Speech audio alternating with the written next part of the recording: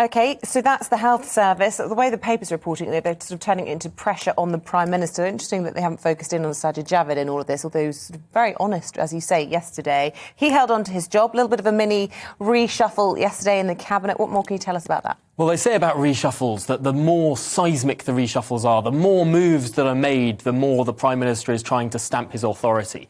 The fact that very few moves were made yesterday, the fact that no one lost their job, people made sideways moves, some people gained extra jobs, the size of the Cabinet has grown. That's potentially a sign of a weaker Prime Minister. He can't afford to lose any friends right now. Yeah, or make any more enemies. Or make any more enemies, absolutely. But some important changes. There's a new chief whip, a Brexiteer, Chris Heaton-Harris, someone who's close to the backbenches of the Conservative Party, and the chief whip has become the leader of the Commons, and the former leader of the Commons, Jacob Rees-Mogg, has now moved to a new cabinet position, newly created, a minister in charge of finding opportunities from Brexit. Right man for the job?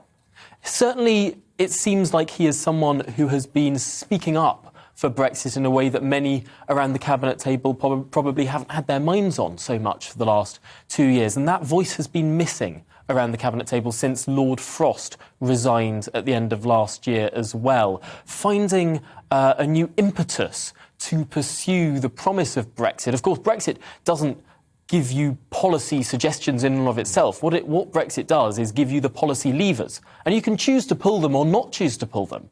And the fact is that for the last 2 years, many of these policy levers, these areas of policy that the government now has control over, whether it's VAT or the whole regulatory structure of the country, the government hasn't really touched. They're able to now, and it's Jacob Rees-Mogg's job to tell the government or to suggest to the government which of those levers they should pull.